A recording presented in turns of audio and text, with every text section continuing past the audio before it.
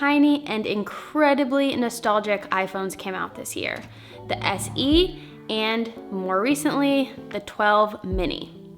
These phones appealed to those of us who would like their phones to be the size of, well, phones instead of mini tablets, but just how good are their cameras, and is one better than the other?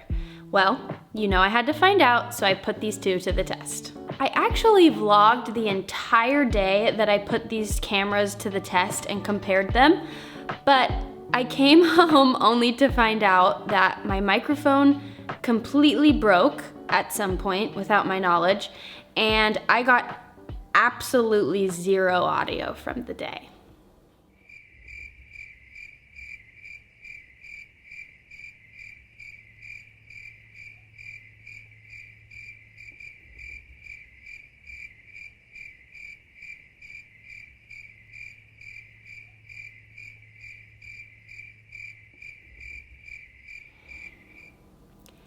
Yeah, so since I can't give you a real-time walkthrough of the experience, I am here now giving you my honest and retrospective opinion now that I've had some time to inspect all the photos I took. I've been zooming in and really looking at the detail and the minor differences between these two cameras so that I can, tell you here today.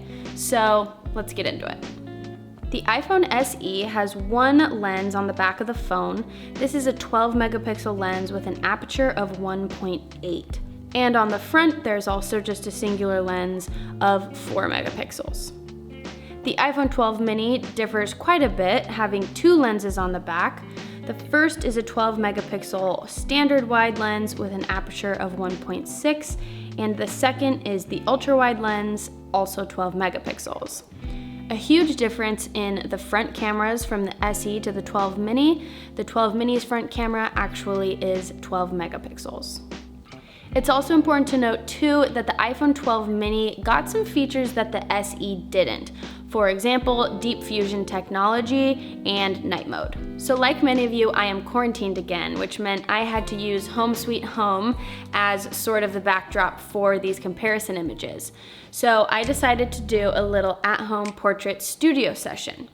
That is because one of the biggest things I wanted to test out is if the portrait mode improved at all from the SE to the 12 mini. So I grabbed Tyler and I had him help out.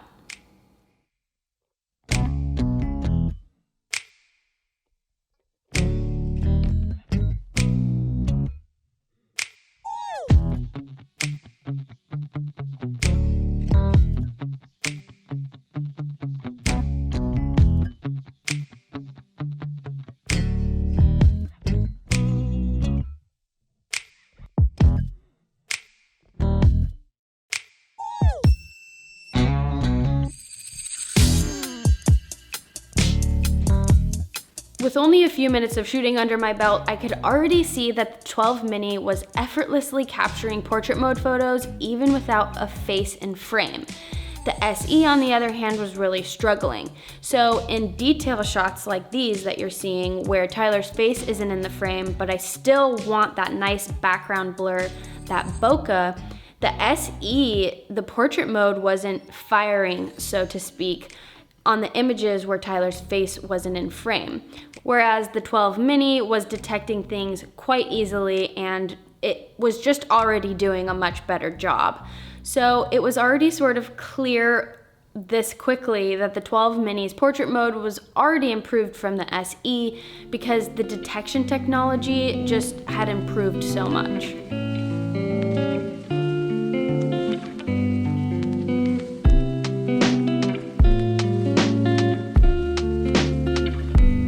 Now, neither phone has perfect edge detection when it comes to portrait mode. There are some shots that look great, look almost like a DSLR, and there are others where you can tell that it's a phone's portrait mode because edges can be blurry, and sometimes it'll even grab the wrong thing and blur it out. For example, Tyler's hat in this shot.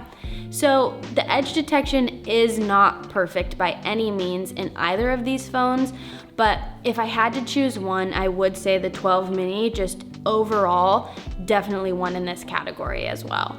I also wanted to test out portrait mode on the front cameras of these phones, especially since the 12 mini got such a huge jump in megapixels from the SE. Again, neither has perfect edge detection, so you can see how some of my really crazy hair is blurred out that probably should be in focus, but they did a pretty dang good job.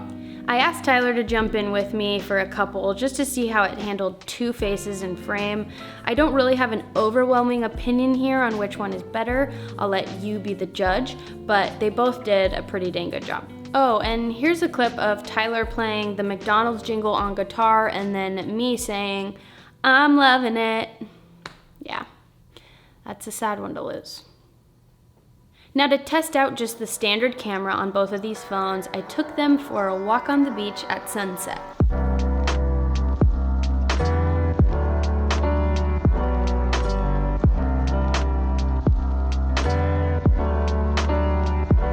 Right off the bat, I was really impressed with the 12 mini's colors.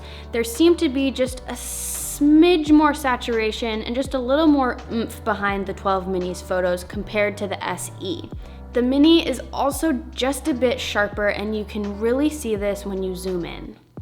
That little extra sharpness and little extra oomph really makes these 12 mini photos stand out just a bit more than the SE.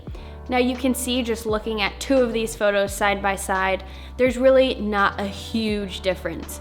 It's really when you zoom in and inspect every little detail when you see that the 12 mini definitely has some improvements, but again, they are not huge by any means. Now where these two cameras really start to differ is in low light.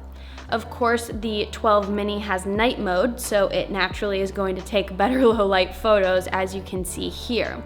The SE photos are not bad by any means, but when compared to the 12 mini, they definitely don't hold up.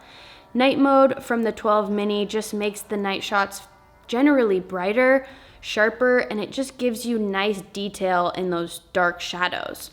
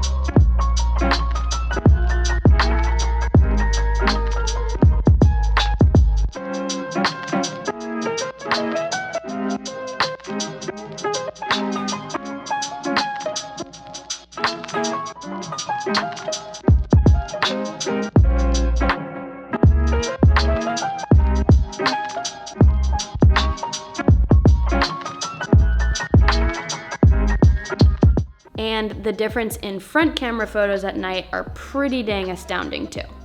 So, my final thoughts. Well, let me start with this. I have to give it up to the SE for really holding its own. For being a tiny phone with only one rear camera, the SE really does put up a fight. Was it the winner though? I can't say it was, but honestly, it didn't get beat too bad. Overall, after zooming in and inspecting all of these images, it's clear that the 12 mini definitely just has a better camera system. I mean, it is logical that the newer phone would have a better camera, right? This 12 mini was a brilliant choice on Apple's part. Small, but mighty. It honestly kind of reminds me of my 6th grade slogan when I was running for student government. I may be small, but I can do it all.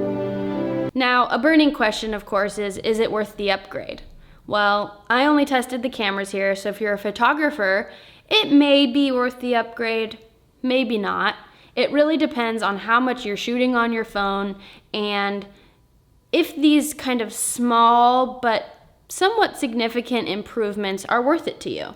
Yes, the 12 mini is a few $100 more, so if you're willing to invest that, yeah, you're gonna get definitely better night mode photos, definitely better portrait photos, and that front camera is hugely different from the SE in the improvements. So you are definitely going to get a better camera system with the 12 mini, but in regards to an upgrade, I can't really say confidently like yes or no.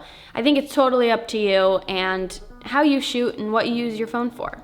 Whether you're here because you're on the fence about the 12 mini or because you just needed some good old-fashioned quarantine entertainment, I hope this was helpful to you. We will see you in the next one, and please, please, please, please, please keep washing your hands. Oh, and really quick, can we talk about this mustard case on this 12 mini? I'm in love.